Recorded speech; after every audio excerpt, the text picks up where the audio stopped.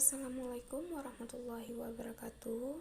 Saya Nistia Rahmi, NIM 1801011268, kelas 7H dari jurusan S1 Farmasi. Di sini saya akan menjelaskan tentang analisa keputusan. Definisi, tujuan utama dari model farmakoekonomi adalah untuk mengevaluasi biaya dan outcome yang diharapkan dari suatu keputusan pada suatu atau beberapa alternatif penggunaan obat, memberikan informasi yang bermakna pada rentang asumsi dasar yang berbeda atau dalam kondisi yang berbeda. Model keputusan ini dapat diberikan kerangka untuk memperkirakan outcome dalam kerangka analitik yang fleksibel dan dapat digunakan oleh peneliti untuk menguji beberapa alternatif dari asumsi skenario. Analisis keputusan. Tujuan utama dari model farmakoekonomi adalah 1. Untuk mengevaluasi biaya dan outcome yang diharapkan dari suatu perusahaan pada suatu atau beberapa alternatif penggunaan obat. Analisa keputusan dapat digunakan untuk mengambil suatu keputusan untuk mengidentifikasi beberapa pilihan yang mungkin. Contoh kasus: alprazolam dan omeprazolam merupakan antibiotik baru yang efektif untuk bakteri gram negatif yang resisten terhadap beberapa antibiotik. Pada uji klinik diketahui 95% kasus septisemia gram negatif rentan terhadap alprazolam dan 88% rentan pada omeprazolam. Insiden toksisitas terkait penggunaan omeprazolam tinggi. Kadar kedua AB tersebut dijaga dalam rentang terapi sempit. Efek samping kedua AB, diare, mual, perubahan enzim hepatik, dan penghambatan platelet. Ini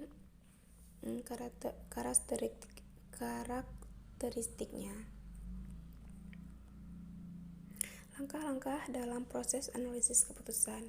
Identifikasi keputusan meliputi seleksi pemilihan keputusan yang akan dikaji, disusun keputusan dan dikuensi dari masing-masing pilihan keputusan dari waktu ke waktu secara berurutan, menilai probabilitas dari masing-masing konsekuensi yang akan terjadi, menetapkan nilai dari masing-masing outcome, menentukan pilihan dengan perkiraan outcome paling tinggi. Dilakukan analisis sensitivitas. Markov model. Pada beberapa penyakit dan keadaan dibutuhkan suatu model dengan outcome yang lebih kompleks dengan periode follow-up yang lebih lama.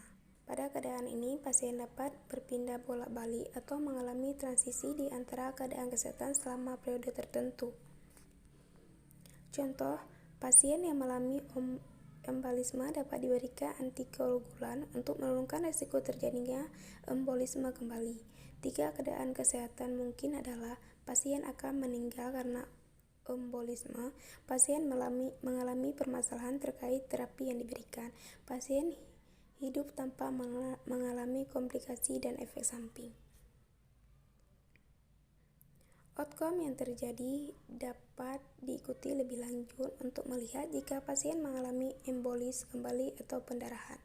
Masing-masing interval follow-up disebut siklus, merupakan periode yang relevan secara klinis untuk penyakit atau keadaan tertentu.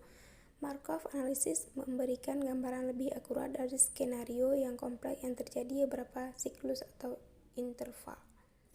Langkah-langkah dalam membuat Markov model: menentukan status kesehatan yang menggambarkan outcome yang mungkin dari masing-masing intervensi, menentukan transisi yang mungkin di antara keadaan kesehatan, menentukan berapa lama untuk masing-masing siklus dan beberapa siklus yang akan dianalisis, memperkirakan mobilitas transisi antara keadaan dan kesehatan, menilai biaya outcome untuk masing-masing pilihan.